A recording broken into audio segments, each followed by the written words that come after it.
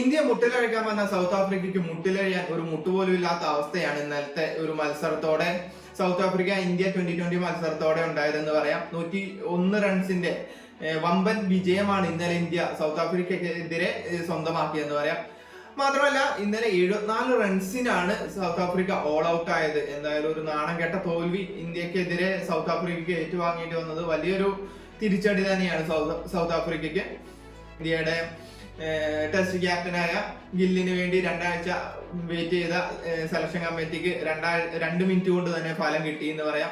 ഇന്നലത്തെ മത്സരത്തിൽ 2 ബോളുകൾ 2 മിനിറ്റ് മാത്രമല്ല 2 ബോളുകൾ മാത്രമാണ് അദ്ദേഹം ക്രീസിൽ ഉണ്ടായത്. എന്തായാലും അദ്ദേഹത്തിനെതിരെ ഉണ്ടായിരുന്ന ഒരു സ്ട്രൈക്ക് റേറ്റിന്റെ പ്രശ്നമൊക്കെ മാറ്റിയിട്ടുണ്ട്. 200 സ്ട്രൈക്ക് റേറ്റിൽ 2 ബോളിൽ 4 റണ്ണൊക്കെയാണ് താരം എടുത്തത്. അതുപോലെ ശിവൻ ദുബെയുടെ അവസ്ഥയാണെങ്കിലും അങ്ങനെ തന്നെയായിരുന്നു. IPL ഒരു മികച്ച പ്രകടനം പുറത്തെടുക്കാൻ കഴിയാതെ പോയ ഒരു താരമായിരുന്നു ശിവൻ ദുബെ. എന്നാലും ടീമിലേക്ക് അവസരം ലഭിക്കുകയും 9 ബോളിൽ 11 റൺസ് മാത്രമാണ് താരത്തിന് നേടാനായത്. എന്തായാലും ഇന്നലെ സഞ്ജു സാംസന്റെ ടീമിൽ അവസരം ഉണ്ടായില്ല. ജിതേശ്വർ ശർമ്മയാണ് വിക്കറ്റ് കീപ്പറായിട്ട് എത്തിയത്. എന്തായാലും ജിതേശ്വർ ഇന്നലെ വിക്കറ്റ് കീപ്പർ സ്ഥാനത്തുണ്ടായ 4 ക്യാച്ചൊക്കെ ആയിട്ട് മികച്ചൊരു പ്രകടനം താരവും പുറത്തെടുത്തിട്ടുണ്ട്. പിന്നെ നോക്കുകയാണെങ്കിൽ ഏറ്റവും മികച്ചൊരു തിരിച്ചുവരവ് ഹാർദിക് പാണ്ഡ്യയുടേതായിരുന്നു. ഹാർദിക് പാണ്ഡ്യ ഇന്നലത്തെ മത്സരത്തിൽ ഏറ്റവും മികച്ച പ്രകടനം പുറത്തെടുത്തു എന്ന് തന്നെ പറയാം. ഇന്നലെ താരം 28 ബോളിൽ 59 റണ്ണാണ് അടിച്ചു കൂട്ടിയത്.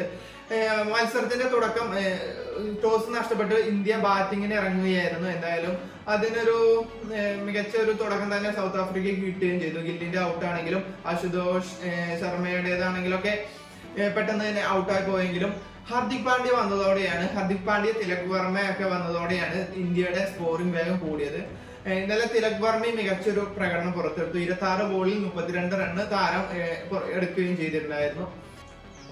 മാത്രമല്ല ഇന്ത്യയുടെ ഒരു ബോളേഴ്സിന് പോലും ഒരു 4 ഓവറിന്റെ സ്പെല്ല് പൂർത്തിയാക്കാൻ അവർക്ക് കഴിഞ്ഞില്ലെന്ന് പറയാം. അതിനു മുമ്പ് തന്നെ 12.3 ഓവറിൽ തന്നെ അവര് ടീം മൊത്തത്തിൽ ഓൾ ഔട്ട് ആവുകയാണ് ചെയ്തത്. എന്തായാലും ബുംറയൊക്കെ 3 ഓവറിൽ 17 റണ്ണിന് 2 വിക്കറ്റ് ഒക്കെ എടുത്ത് താരം ഒരു മികച്ച തിരിച്ചുവരവൊക്കെ നടത്തിയിട്ടുണ്ട്.